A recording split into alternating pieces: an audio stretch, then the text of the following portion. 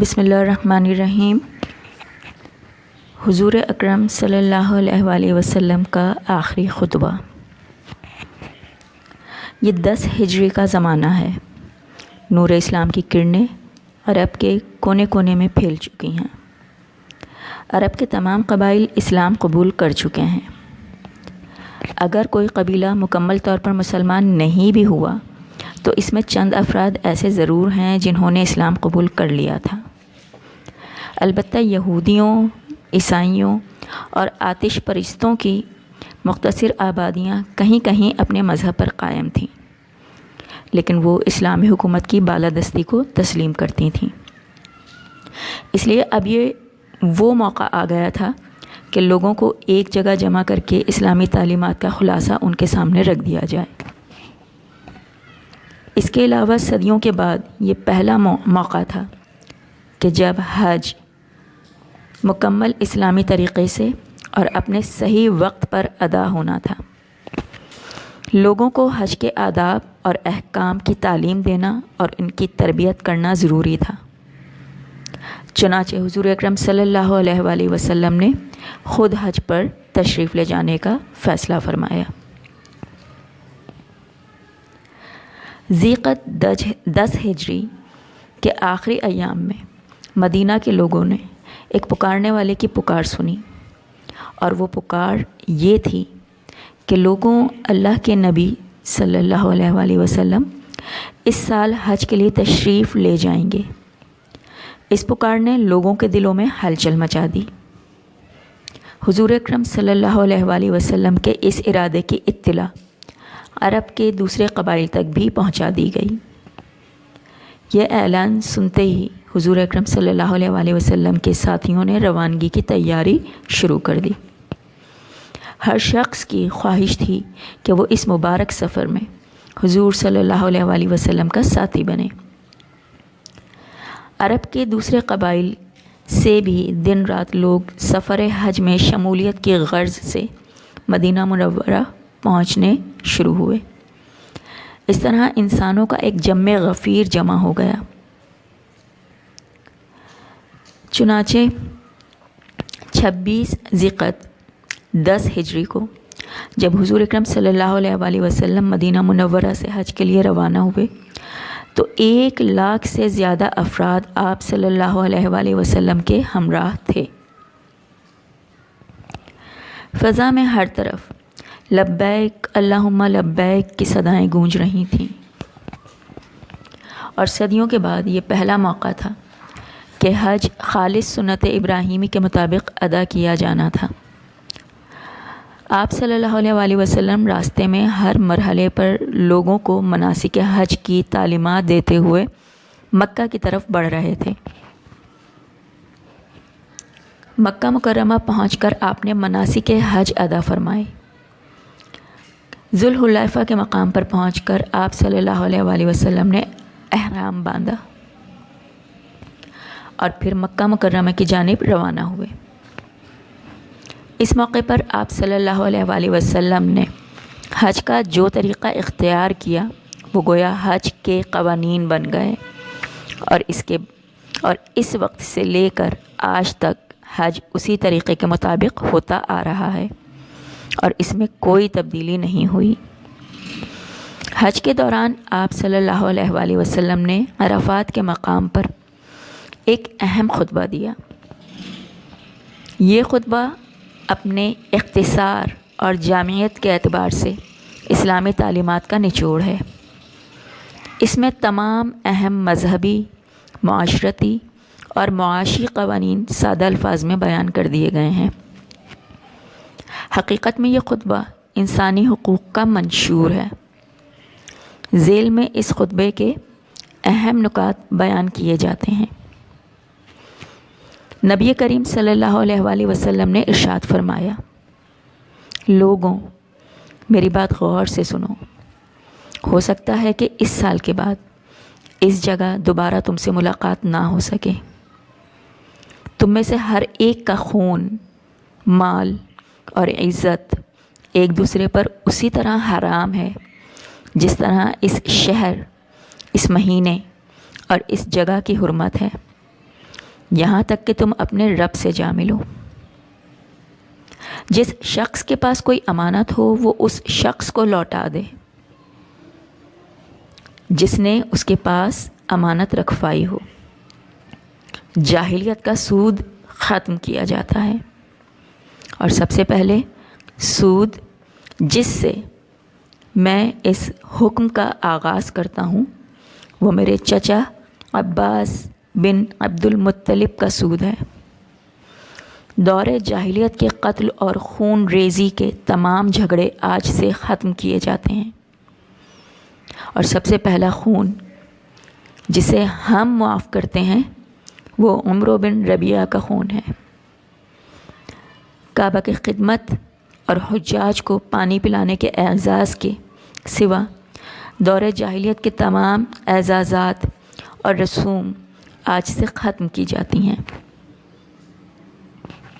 جو شخص کسی کو بلا ارادہ قتل کرے گا اس کو اس کا قصاص دینا ہوگا، البتہ اگر کوئی شخص لاٹھی یا پتھر سے بغیر ارادہ کے مارا جائے تو اس کا قصاص 100 اونٹ ہوگا۔ جو شخص اس سے زیادہ طلب کرے گا وہ اہل جاہلیت میں شمار ہوگا۔ لوگوں، تمہاری عورتوں کا تم پر حق ہے اور تمہارا حق تمہاری عورتوں پر ہے۔ عورتوں سے کشادہ دلی سے پیش آؤ۔ عورتوں کے معاملے میں اللہ سے ڈرو اور ان سے بہتر سلوک کرو۔ لوگوں، تمام اہل ایمان آپس میں بھائی بھائی ہیں۔ کسی عربی کو عجمی پر، کسی عجمی کو عربی پر، کسی کالے کو گورے پر، کسی گورے کو کالے پر تقویٰ کے سوا کوئی فضیلت نہیں۔ تمہارا رب ایک ہے اور تم سب آدم علیہ السلام کی اولاد ہو، اور آدم علیہ السلام مٹی سے بنے تھے۔ تمہارے رب کے نزدیک سب سے عزت اور احترام والا وہ ہے جو اللہ سے زیادہ ڈرتا ہے۔ کسی شخص کے لیے اپنی بھائی کی ملکیت اور جائیداد پر اس کی مرضی کے بغیر قبضہ کرنا جائز نہیں۔ دیکھنا میرے بعد گمراہ ہو کر بے دین نہ ہو جانا اور ایک دوسرے کی گردنیں نہ مارنے لگنا۔ میں تم میں 2 چیزیں چھوڑے جا رہا ہوں، جب تک ان پر عمل کرتے رہو گے گمراہ نہیں ہوگے۔ ایک اللہ کی کتاب یعنی قرآن مجید، اور دوسری میری سنت۔ لوگوں، اللہ تعالیٰ نے ہر وارث کا حصہ متعین کر دیا ہے۔ کسی وارث کے لیے وصیت کرنا قانون کی خلاف ورزی ہے۔ ورثہ کے علاوہ کسی اور کے حق میں ملکیت کی 1/3 سے زیادہ وصیت نہیں کی جا سکتی۔ لوگوں، شیطان اس بات سے مایوس ہو گیا ہے کہ اس شہر میں اب اس کی عبادت کی جائے گی، لیکن وہ اس بات ہی پر راضی ہے کہ چھوٹی چھوٹی باتوں میں اس کی پیروی کی جائے۔ اس لیے اپنے دین کے بارے میں شیطان سے ہوشیار اور خبردار رہنا۔ میری یہ باتیں جن لوگوں نے سنی ہیں وہ ان لوگوں تک پہنچا دیں جنہوں نے نہیں سنی۔ پھر نبی صلی اللہ علیہ وآلہ وسلم نے لوگوں سے 3 دفعہ پوچھا، کیا میں نے اللہ کا پیغام تم تک پہنچا دیا؟ لوگوں نے اس بات میں جواب دیا تو آپ صلی اللہ علیہ وآلہ وسلم نے فرمایا، اے اللہ گواہ رہنا، اے اللہ گواہ رہنا، اے اللہ گواہ رہنا۔ حج کے انہی ایام میں قرآن مجید کی آخری آیت نازل ہوئی جو سورہ مائدہ میں ہے اور جس کا ترجمہ یہ ہے، آج کے دن میں نے تمہارے لیے تمہارا دین مکمل کر دیا اور تم پر اپنی نعمت تمام کر دی اور تمہارے لیے اسلام کو دین کے طور پر پسند کر لیا۔ مناسک حج مکمل کرنے کے بعد آپ صلی اللہ علیہ وآلہ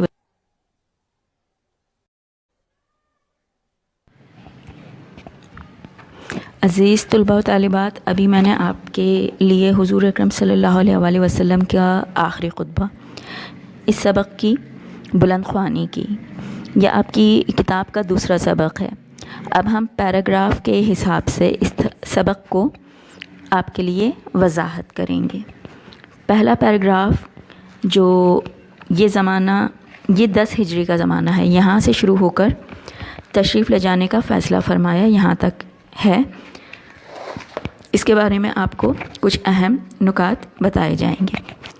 سب سے پہلی بات یہ کہ 10 ہجری کا زمانہ، 10 ہجری کے زمانے سے ہم کیا سمجھے کہ حضور اکرم صلی اللہ علیہ وآلہ وسلم نے جب مکہ سے ہجرت فرمائی اور مدینہ میں جا کر سکونت اختیار کی، تو اس کے 10 سال گزرنے کے بعد حضور اکرم صلی اللہ علیہ وآلہ وسلم نے حج کا ارادہ فرمایا اور دوبارہ مکہ جانے کا ارادہ فرمایا. ان 10 سالوں میں حضور اکرم صلی اللہ علیہ وآلہ وسلم نے مدینہ میں ایک اسلامی معاشرے کی بنیاد رکھی اور اسلام کو مضبوط بنیادوں پر قائم کیا. اور جب کافی لوگ دائرہ اسلام میں داخل ہو گئے اور انہوں نے بحیثیت مسلمان جو کہنا چاہیے کہ توحید کا اقرار کر لیا، تو پھر حضور اکرم صلی اللہ علیہ وآلہ وسلم نے اس بات کا ارادہ کیا کہ اب ہمیں جا کر حج کو ادا کرنا چاہیے. زمانہ جاہلیت کے وقت میں عموماً کوئی کسی بھی وقت جو ہے شاید حج کے مناسک کو ادا کر دیا جاتا ہوگا، کیونکہ ہم سبق میں پڑھتے ہیں کہ اس وقت حضور اکرم صلی اللہ علیہ وآلہ وسلم نے ارادہ کیا کہ حج کو مکمل اسلامی طریقے سے اور اپنے صحیح وقت پر ادا کرنا ہے. تو لہٰذا حضور اکرم صلی اللہ علیہ وآلہ وسلم نے حج کا ارادہ فرمایا اور پھر لوگوں کو حج کے بارے میں معلومات فراہم کرنا شروع کی، حج کے آداب بتائے اور احکام کی تعلیم دی. اور یہ سب ضروری تھا، کیونکہ اگر ہم اسلامی طریقے سے حج کو کرنا چاہتے ہیں تو پھر اس کے لیے پہلے ان کی تربیت کرنا ضروری تھا، کیونکہ اس سے پہلے ان تمام باتوں کا خیال نہیں کیا جاتا تھا. چنانچہ پھر حضور اکرم صلی اللہ علیہ وآلہ وسلم نے لوگوں کو جمع کر کے اور ان کو یہ خبر دی کہ اب ہم حج پر جائیں گے.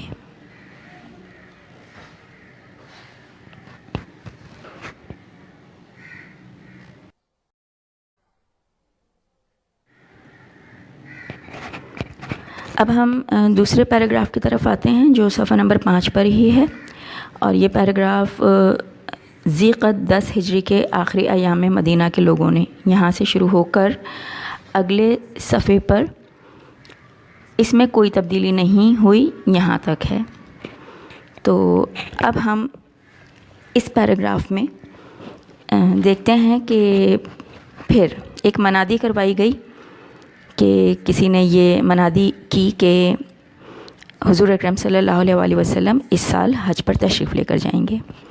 اب چونکہ ہم سب کو یہ بات پتہ ہے کہ حج ہم مسلمانوں کا سب سے بڑا ایک اجتماع ہوتا ہے، اور ایک مسلمان کی خواہش ہوتی ہے کہ وہ اپنی زندگی میں کم از کم ایک مرتبہ حج ضرور ادا کرے. تو 10 سال کے وقفے میں لوگوں کی یہ خواہش تھی کہ وہ مکۃ المکرمہ جائیں اور بیت اللہ شریف کا جو ہے طواف بھی کریں، بیت اللہ شریف کو دیکھیں بھی. تو یہ ایک بحیثیت مسلمان ان کی خواہش تھی. لہٰذا جب حضور اکرم صلی اللہ علیہ وآلہ وسلم نے اس بات کی منادی کروائی کہ ہم اگلے سال حج پر جائیں گے، تو لوگوں میں ایک خوشی کی لہر بھی دوڑ گئی اور ان میں ایک ہلچل سی مچ گئی. اور وہ ہلچل کیوں تھی؟ کیونکہ ہر کوئی یہ چاہتا تھا کہ وہ حضور اکرم صلی اللہ علیہ وآلہ وسلم کے ساتھ حج پر جائے. اب ایک تو عام مسلمان ہونے کی حیثیت سے ہم سب کی یہ خواہش ہوتی ہے کہ ہم حج کریں، اور پھر آپ ایک بات کو ایسے سوچیں کہ جب وہ حج حضور اکرم صلی اللہ علیہ وآلہ وسلم کے ساتھ ادا ہونا ہو تو اس کی اہمیت کیا ہوگی. لہٰذا ہر ایک کی خواہش تھی کہ وہ حضور اکرم صلی اللہ علیہ وآلہ وسلم کے ساتھ اس حج کو ادا کریں. اب یہ منادی صرف مدینہ میں نہیں ہوئی، بلکہ حضور اکرم صلی اللہ علیہ وآلہ وسلم کے اس ارادے کی اطلاع کو عرب کے دوسرے قبائل تک بھی پہنچایا گیا، اور پھر سب اس خواہش کے ساتھ کہ وہ حضور اکرم صلی اللہ علیہ وسلم کے ساتھ حج ادا کریں گے، انہوں نے سفر کی تیاریاں شروع کر دیں۔ دوسرے قبائل جو کہ مدینہ سے باہر تھے، جب ان تک یہ اطلاع پہنچی تو وہ جلدی جلدی اپنی تیاریاں مکمل کر کے مدینہ منورہ پہنچنا شروع ہو گئے، اور اس طرح انسانوں کا کہتے ہیں کہ ایک جمع غفیر جمع ہو گیا۔ جمع غفیر کا مطلب ہوتا ہے کہ ایک لوگوں کا بہت ہی بڑا مجمع جو ہے وہ جمع ہو گیا۔ اب یہ ذی القعدہ کی 26 تاریخ کی بات ہو رہی ہے، 10 ہجری کا ہی زمانہ ہے، اور ذی القعدہ کی 26ویں تاریخ ہے۔ یہ ذی القعدہ ذی الحج سے پہلے کا مہینہ ہے، مطلب کہ جو بقر عید شروع ہونے والی ہوتی ہے، بقر عید کا چاند نظر آتا ہے، عید الاضحیٰ کا چاند نظر آتا ہے، تو پہلی ذی الحج ہوتی ہے۔ تو یہ 26 ذی القعدہ یعنی 4 دن پہلے کی بات ہے کہ حضور اکرم صلی اللہ علیہ وسلم مدینہ منورہ سے حج کے لیے روانہ ہوئے۔ اب اگر آپ تھوڑا سا فلیش بیک میں جائیں، تھوڑا سا گزشتہ دنوں کا جو ہے ایک منظر اپنے ذہن میں لائیں، تو حضور اکرم صلی اللہ علیہ وسلم 622 جو ہمارا کیا کہتے ہیں کہ عیسوی کے حساب سے یہ بتایا جا رہا ہے آپ کو، کیونکہ ہجری سال کا تو اس وقت آغاز ہوا نہیں تھا۔ ہجری سال تو حضور اکرم صلی اللہ علیہ وسلم کی ہجرت سے شروع ہوا نا، تو یہ 622 AD ہم یعنی 622 عیسوی کی بات کرتے ہیں، یہ ایک حساب ہے جو کہ لگایا گیا ہے۔ تو اس وقت حضور اکرم صلی اللہ علیہ وسلم حضرت ابو بکر صدیق رضی اللہ تعالیٰ عنہ اور چند اپنے جو ماننے والے تھے ان کے ساتھ انہوں نے مدینہ کی طرف ہجرت کر لی تھی۔ اب 10 سال کے وقت میں حضور اکرم صلی اللہ علیہ وسلم نے اسلام کو اتنا مضبوط کر دیا اور اتنے لوگوں کو دائرہ اسلام میں داخل کر لیا کہ جب حضور اکرم صلی اللہ علیہ وسلم اپنے پہلے، یہ حضور اکرم صلی اللہ علیہ وسلم کا پہلا اور آخری حج تھا، حضور اکرم صلی اللہ علیہ وسلم نے اپنی زندگی میں ایک ہی حج کیا ہے، تو جب وہ اس حج کے لیے روانہ ہوئے تو اس وقت ان کے ساتھ 1 لاکھ سے زیادہ افراد تھے، اور پھر یہ قافلہ ایسے ہی نہیں کہ بس یوں ہی خاموشی سے چلے گئے، یہ خوشی کی انتہا بھی تھی ان کی، اور مناسک حج حضور اکرم صلی اللہ علیہ وسلم نے جو وہاں ادا کرنے تھے ان کی تعلیمات بھی دے دی تھیں، ان کو تربیت بھی کر دی تھی۔ تو یہ قافلہ جو ہے لبیک اللہم لبیک کی صدائیں بلند کرتا ہوا جو ہے آگے کی طرف بڑھ رہا تھا، اور جب کہا جاتا ہے کہ یہ قافلہ مکہ کے قریب پہنچا تو اہل مکہ نے دیکھا تو وہ ڈر گئے ایک لمحے کو، اور وہ یہ سمجھے کہ شاید حضور اکرم صلی اللہ علیہ وسلم ہم پر حملہ کرنے کی غرض سے آ رہے ہیں۔ ان کو یہ بات کا اندازہ نہیں تھا کہ وہ پرسکون حج ادا کریں گے، انہوں نے ایک لمحے کو ان کے دل میں ڈر پیدا ہو گیا کہ کہیں یہ ہم پر حملہ تو نہیں کر دیں گے آ کر۔ تو بہرحال پھر یہ کافی صدیوں کے بعد پہلا موقع تھا کہ حضور اکرم صلی اللہ علیہ وسلم کی رہنمائی میں سنت ابراہیمی کے مطابق حج کو ادا کیا گیا، اور پورے راستے حضور اکرم صلی اللہ علیہ وسلم نے لوگوں کو جو ہے مناسک حج کی تعلیمات جو ہیں وہ دیتے ہوئے وہ آگے بڑھ رہے تھے۔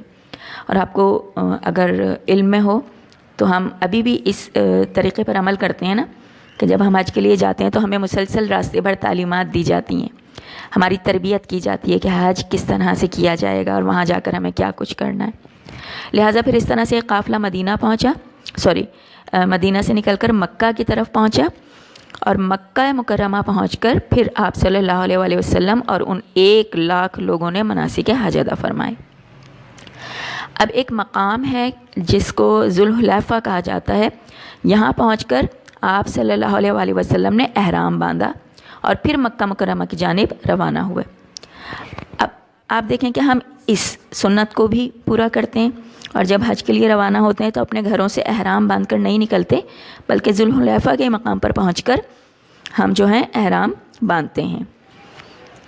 اب اس موقع پر آپ صلی اللہ علیہ وسلم نے حج کا جو طریقہ اختیار کیا وہ کیا ہوا کہ وہی ہمارے آخری قوانین بن گئے۔ اس سے پہلے بھی حج ہوتا تھا، اس کے بھی طریقے تھے، لیکن یہ طریقہ حضور اکرم صلی اللہ علیہ وآلہ وسلم نے جو حج کا اختیار کیا، یہ ہمارا قانون بن گیا، جو آج تک جو ہر مسلمان ہے اس کی پیروی کرتا ہے اور انہی طریقوں کے مطابق اپنا حج ادا کرتا ہے، اور اس وقت سے لے کر آج تک اس میں کوئی تبدیلی نہیں آئی، اور یہ اسی طریقے سے حج کیا جاتا ہے، گویا یہ ہمارا قانون بن گیا۔ بالکل اسی طرح جیسے کہ نماز تو پہلے بھی پڑھی جاتی تھی، لیکن اب مسلمان جس طریقے سے نماز پڑھتے ہیں وہ طریقہ ہے جسے حضور اکرم صلی اللہ علیہ وآلہ وسلم نے جو ہے ہمارے لیے قانون کی طرح سے ایک لازم کر دیا کہ اس طرح انہوں نے نماز ادا کی، اور پھر وہی ہمارے لیے قانون بن گیا۔ تو اسی طرح سے یہ حج کا طریقہ بن گیا۔ حج کا طریقہ جو حضور اکرم صلی اللہ علیہ وآلہ وسلم نے اختیار کیا تھا، وہ آج تک کے لیے امت مسلمہ کے لیے ایک قانون بن گیا۔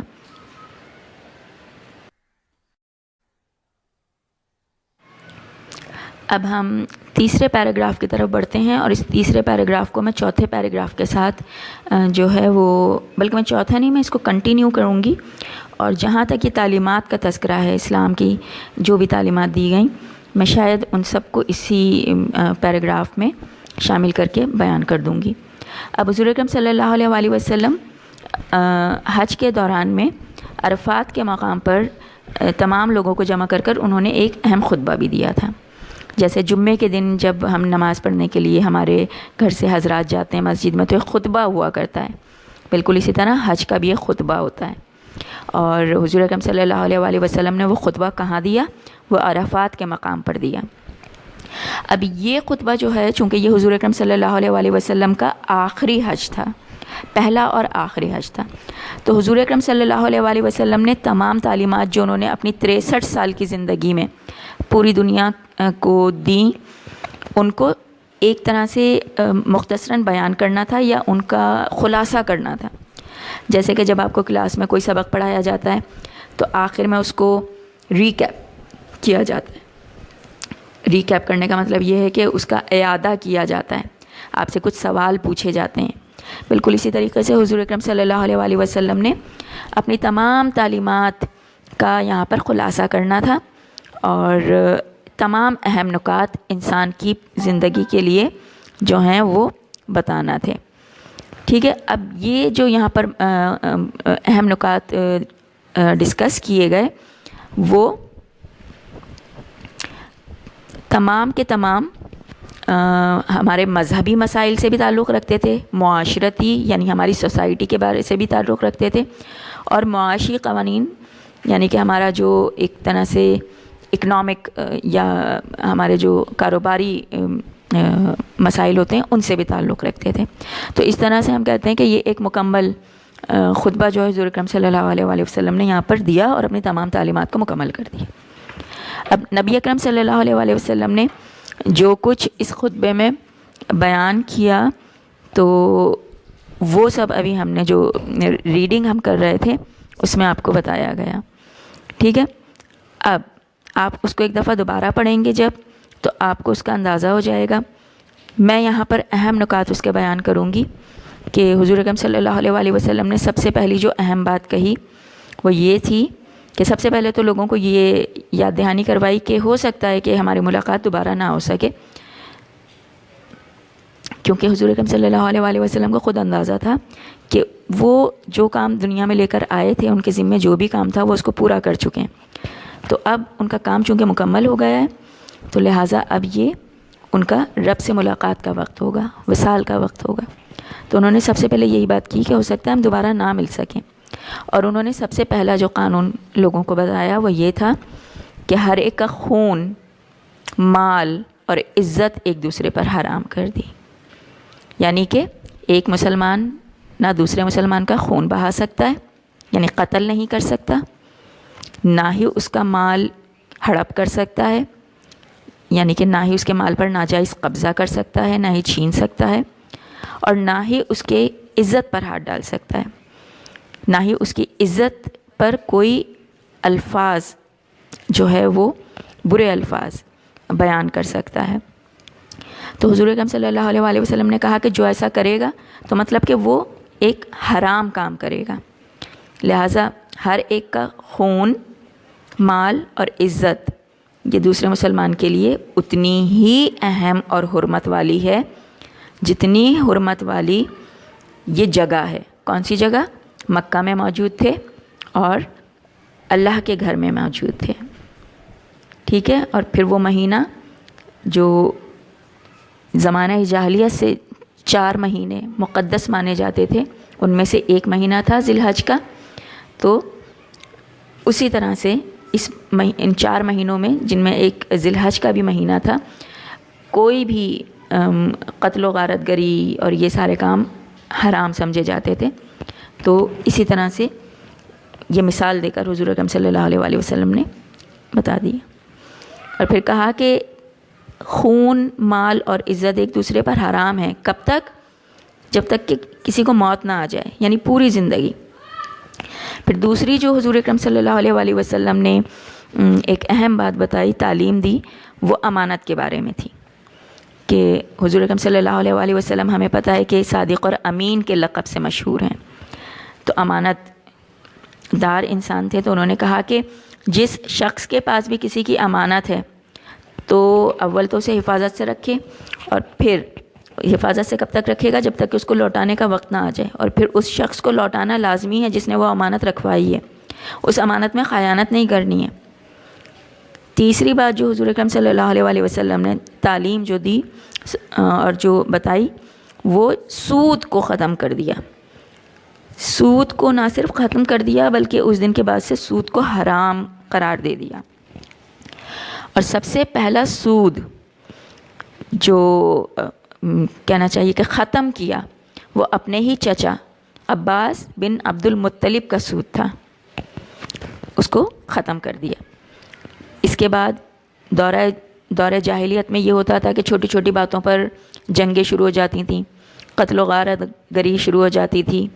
تو حضور اکرم صلی اللہ علیہ وسلم نے یہ کہا کہ آج کے دن میں وہ تمام جھگڑے ختم کر دیتا ہوں اور سب کے خون معاف کر دیتا ہوں۔ جو کسی نے کر دیا آج سے پہلے، کسی کا خون کر دیا، تو اس کی کوئی پوچھ گچھ نہیں ہوگی، وہ آج ہم سب معاف کر رہے ہیں ایک دوسرے کے لیے۔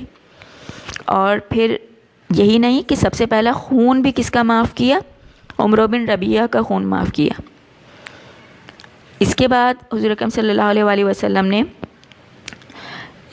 یہ بیان کیا کہ کعبے کی خدمت اور حجاج کو پانی پلانے کے اعزاز کے سوا دور جاہلیت کے تمام اعزازات اور رسوم بھی آج ختم کی جاتی ہیں۔ بہت ساری فضول رسومات تھیں، اور ایسا بھی تھا کہ کعبے میں بت رکھے ہوئے تھے اور وہاں پر ان پہ چڑھاوے چڑھائے جاتے تھے، منتیں مانی جاتی تھیں، اور بہت سارے ناجائز کاموں کو جائز سمجھ کے کیا جاتا تھا۔ تو حضور اکرم صلی اللہ علیہ وسلم نے کہا کہ ساری رسومات جو فضول تھیں اور بدعت مبنی تھیں، آج ان سب کو ختم کرتے ہیں، لیکن صرف کون سی والی روایت باقی رہے گی کہ جو کعبے کی خدمت اور حجاج کو پانی پلانے کا کام تھا، یعنی کعبے کی خدمت، کعبے کی خیال کرنا، اس کا دیکھ بھال کرنا، یہ والی رسم باقی رہے گی، اور جو حجاج جب آئیں گے تو ان کو پانی پلانے کا کام جو ہے یہ باقی رہے گا۔ تو اس طریقے سے جو ہے یہ والی تعلیم بھی مکمل کر دی۔ اس کے علاوہ لوگوں کے قتل کا ایک ہوتا ہے کہ کسی کو بلا ارادہ قتل کر دیا جائے، اور ایک ارادہ کر کے قتل کر دیا جائے۔ تو بلا ارادہ قتل اگر کر دیا جائے گا تو اس کا قصاص دینا ہوگا، اور اگر کوئی شخص ایک اتفاق سے مر جاتا ہے کہ لاٹھی سے مارا، پتھر مار دیا، ارادہ نہیں تھا، نیت نہیں تھی آپ کی کہ اس کو مارا جائے، لیکن وہ قتل ہو گیا، تو اس کا بھی قصاص دینا ہوگا، اور وہ قصاص کتنے بتائے؟ 100 اونٹ دینے ہوں گے۔ اور کہا کہ 100 اونٹ سے زیادہ اگر کوئی یہ کہے کہ 101 اونٹ دے دو تو وہ بھی قانون کے خلاف ہوگا اور اہل جاہلیت میں شمار ہوگا وہ، اور یہ بھی مانا جائے گا کہ اس نے قانون کی پاسداری نہیں کی۔ اب اس کے بعد عورتوں کے حقوق پر بات کی۔ اسلام وہ مذہب ہے جو عورتوں کو ان کے حقوق دیتا ہے۔ تو مردوں کو یہ صاف بتایا گیا ہے کہ عورتوں کا تم پر حق ہے اور تمہارا عورتوں پر حق ہے۔ عورتوں کے ساتھ اچھے سلوک کرنے کو حضور اکرم صلی اللہ علیہ وسلم نے تاکید کی، اور کہا کہ عورتیں جو ہیں وہ ان کے ساتھ اچھا سلوک کرنا ہے، اور اس معاملے میں اللہ تعالیٰ سے ڈرنا بھی ہے۔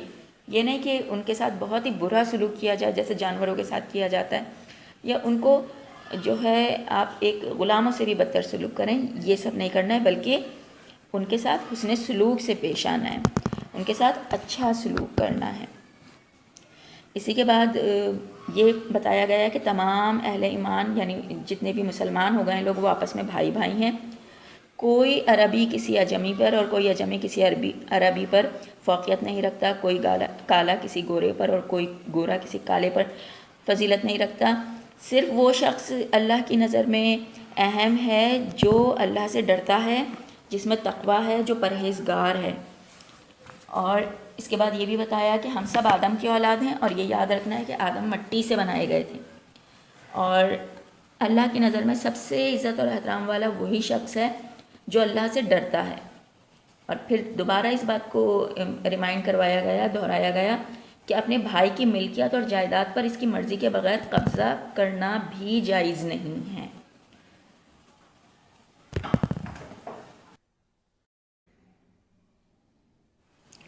اب میں پیراگراف صفحہ نمبر 6 پر آخری پیراگراف ہے، اس کو شروع کر کے آخر تک پورا کر دوں گی۔ اور یہاں پر جب تمام تعلیمات کا ریویژن کر دیا حضور اکرم صلی اللہ علیہ وسلم نے، یعنی کہ ان کو دہرا دیا، تو پھر لوگوں کو ایک نصیحت کی اور کہا کہ دیکھو میرے بعد گمراہ نہ ہو جانا، اور ایسا نہ ہو کہ جب میں اس دنیا سے چلا جاؤں تو میری ساری تعلیمات بھول جاؤ، اور پھر وہی قتل و غارت گری شروع ہو جائے، پھر وہی لوٹ مار شروع ہو جائے، پھر وہی حرام کی طرف بھاگنا شروع ہو جائے، سود لینا شروع کر دو، تو یہ سب مت کرنا۔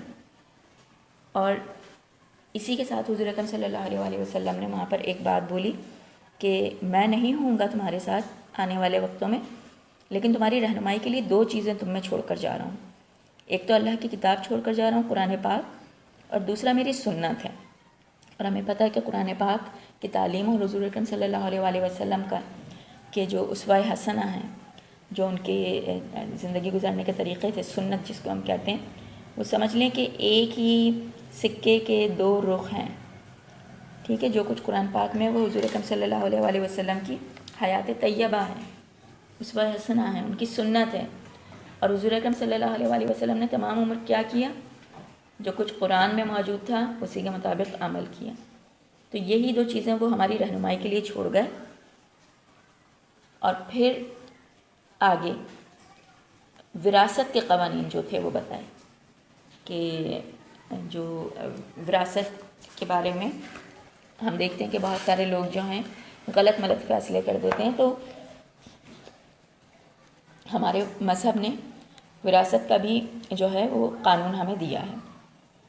الفاظ میں یہاں پر دہراؤں گی کہ اللہ تعالیٰ نے ہر وارث کا حصہ متعین کر دیا ہے، یعنی یہ کوئی نہیں ہے کہ ہم اس کو طے کریں گے کہ کس وارث کو کتنا حصہ ملے گا۔ اللہ تعالیٰ نے قرآن کی روح سے، حضور اکرم صلی اللہ علیہ وسلم کی حیات طیبہ کی اگر ہم مثال دیکھیں تو اس کی روح سے یہ حصہ تو متعین ہے، اور یہ بھی ضروری نہیں ہے کہ اس بات کی وصیت کی جائے کہ میرے فلاں بیٹے کو اتنا حصہ دیا جائے گا، فلاں بیٹی کو اتنا حصہ دیا جائے گا، اس کی بھی ضرورت نہیں ہے، کیونکہ یہ تو قانون اللہ تعالیٰ کا بنا دیا گیا ہے کہ ہر وارث کو ایک مخصوص حصہ ملے گا۔ تو کسی وارث کے لیے وصیت کرنا قانون کی خلاف ورزی ہوگا۔ جیسے ایسا ہو سکتا ہے کہ کسی بیٹے سے بہت زیادہ محبت ہو کسی کو، تو وہ یہ سوچیں کہ ورثے میں میرے بیٹے کو وراثت کا حصہ تو ملے گا اور اس سے زیادہ اس کو یہ بھی دینا ہے، تو یہ غلط ہو جائے گا، یہ قانون کے خلاف ہو جائے گا۔ اس کا مطلب ہے ہم اسلام کے قانون کے خلاف گئے، ہم حضور اکرم صلی اللہ علیہ وسلم کی تعلیم کے خلاف گئے۔ وراثت اسی قانون کے مطابق تقسیم ہوگی جو حضور اکرم صلی اللہ علیہ وسلم نے ہمیں بتا دیا اور اللہ تعالیٰ نے جس کو طے کر دیا ہے۔ لہٰذا ورثہ کے علاوہ کسی اور کے حق میں ملکیت کی 1/3 سے زیادہ وصیت نہیں کی جا سکتی۔